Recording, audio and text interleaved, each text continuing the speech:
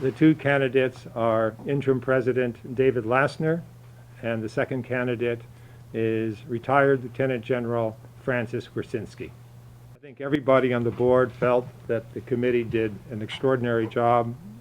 Our thanks go to the chair, Carl Carlson, but in addition to every individual member of the committee.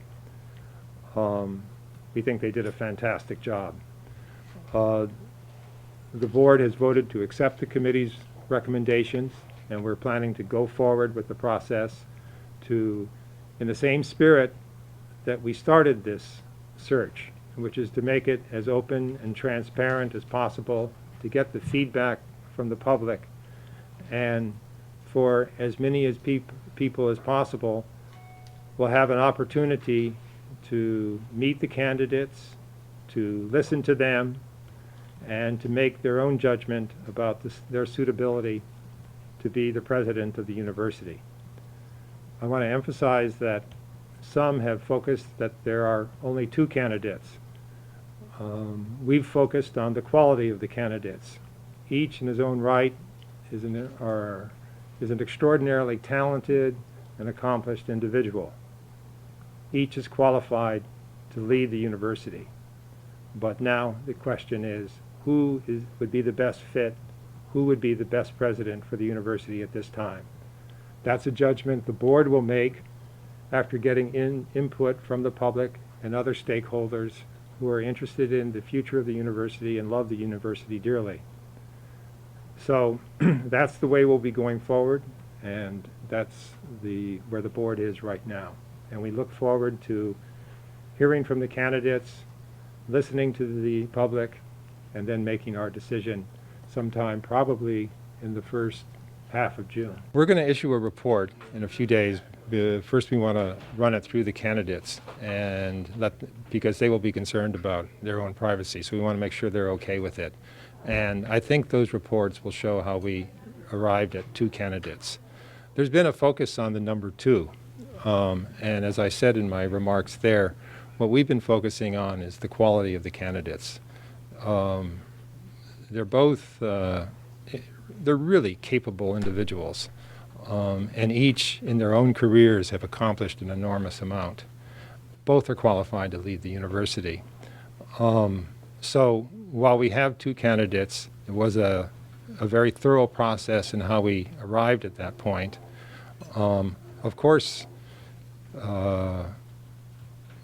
we think the process was not only thorough but fair, and all the members of the committee put an enormous amount of not just energy and work, but thought and reflection.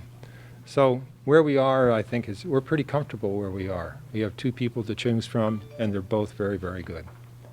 People have said that a number of the finalists dropped out because the incumbent was in the running, and they felt that that's, the incumbent usually gets the leg up and is looked at as the guy with the inside track. So why should I stay in the race, if you will? Is that what happened? One person dropped out for that reason. But that's not unusual. That's common. In the majority of cases, the incumbent does, across the United States, does get that job.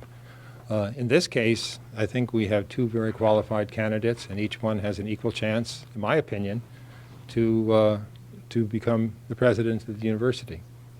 It's a great choice. Some of the concerns from the students who testified today about, wanting more time beyond finals and so forth. I mean, I heard that, and I respect that, and I have a lot of sympathy for their point of view. This was a long process, and I myself appeared in front of student groups looking for their feedback as we went through it. I know some of my colleagues on the committee did the same. We also appeared before any number of faculty groups. I've been trying to meet with the faculty senates on every campus we go to, and this is one of the principal subjects we discuss. So now we're down to the finalist, and we appreciate their need to want to hear about them. And before the end of the academic semester year, we're going to make every effort to provide them with an opportunity to hear the candidates, to get to know them, and we hope provide feedback to us, because we really want their feedback. In this day and age, we're fortunate in that we have more options. Technology offers us more options to allow the students to hear the candidates, and we'll make every use of those that we possibly can. Students and faculty right now are the main people we want to reach before the end of that academic year. After that, then we want to be in touch with the other stakeholders in the university. Business groups, alumni groups, there's others out there, and we'll give them an opportunity to hear and get to know the candidates too. It'll be a good process, and I think it'll be absolutely in keeping with the process that we've followed so far. Did you have, in executive session, was there discussion and debate about whether to reopen the process since you are only down to 2? Yes. And we feel that we're comfortable where we are. What's the timetable in the process? Well, right now, we talked about that, and what we're hoping to do is to make a decision in the first half of June. So somewhere between now and the first half of June. Was what the students said, did it push that date back in any way from the, people were saying May 15th, but I'm not sure if it pushed that date back because we hadn't arrived at a date, but what the students had to say certainly was on our minds and reinforced how important it is to be in touch with them because they care, and we should be listening to them, and so we will. Did David Lassner actually apply, or was he drafted? David Lassner was nominated. And So he didn't apply himself. he did not apply. Who was he nominated by? I don't think I'm allowed to say. Was it a regent? No. Okay. The other candidate, Francis, So I've eliminated 15 people out of the 7 billion people in this world. I hope that didn't violate any rules. what are some of the, you said they're both qualified, but what are some of the specific qualifications of the second candidate?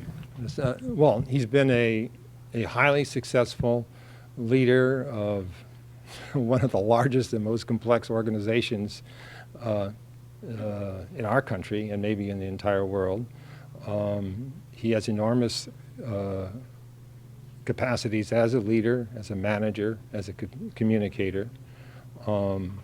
He, like David, although he hasn't had a first-hand opportunity to be in higher education in Hawaii, is passionate about higher education in Hawaii, and feels strongly that the future of the state is absolutely linked to the success the university has in educating our children, and not just our children, but also adults who are going back, because we all have to be lifelong learners. Interim President Lassner, he's had a very, very successful career at the university. He's done well as the interim president. He's collaborative, he's open, he loves Hawaii, he's been here a long time, knows our state. So there's a lot of good things about David as well. So this is a good news story. And was there any concern? I mean, people are telling me that you're a big Lassner supporter, and you want him in before your term is up at the end of June. Well, do you want to ask me that question? Is it true? I'm a big Lassner supporter, but I'm also a big Frank Wiercinski supporter. And I think both are capable of leading this university. How many applications or Well, nominations? that did you get will come out in the report, and so you'll have a precise numbers. Can you give us an approximate number? Well, let's just wait till you get the report, because I want to make sure. I'm not going to start releasing it piecemeal. So between now and the middle of June, how many opportunities do you think there will be for students and faculty? I mean, were there going to be forums, or We're there going to be? going to make as many opportunities as we possibly can on as many campuses as we can, and we'll use technology to the max. I can't give you a number right now, but we're going to do our best on that because it's an important thing to do. But in the middle of graduations and finals and There's ways that dissertations? there's way that we can get comments from the candidates one way or another. We can post them on not on Facebook but on YouTube and other ways that even if they're not there, they can hear them later on, or from afar, they can participate through other means, and I'm not sure the Polycom, is that the right word? Oh, yeah. But being that it's such a busy time, Yeah. you folks don't see this as problematic for students to get to know who their new president might be with everything that's going on, that you couldn't push it back till past graduation and deal with it then? Well, the problem then with pushing it past to after graduation is then they begin to disperse. And we do want to have an opportunity for them to hear the candidates now and to give us feedback. But as the candidates go around during the coming weeks, they'll absolutely have a right to participate in those events as well. Is there anything else we didn't ask you about your folks' decision today that you think's noteworthy or we overlooked? I don't think so. Did you folks make a decision to have no public discussion? Because there certainly wasn't any public discussion or debate among the regents on this issue.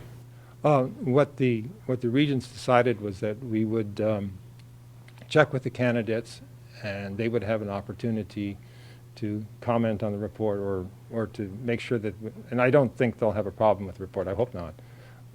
And then we'll distribute the report, and the report speaks for itself. Okay. But I mean, the regents, you didn't talk, you were the only one who talked. There's no discussion, any reflection about any debate about whether to move forward or to reopen anything. There's no discussion, no debate publicly that the public can see in this process that you claim is transparent. It is transparent. How? If we don't even hear the people discussing anything? You're the one who's out here talking. There's no Okay, discussion. I'm not interested in going through something like this, okay? Well, I mean, if we're not for able to hear instance, that- like city council meetings, when they have a bill or they have a folks. discussion Okay, period. folks, where- there will be an opportunity for you to hear us discuss and open the merits of the candidates after we go through the process. But what we were doing today was receiving a report. We received the report. We're ready to go forward with its recommendations. You'll have an opportunity to see the report. Okay? Okay. Thank you, John.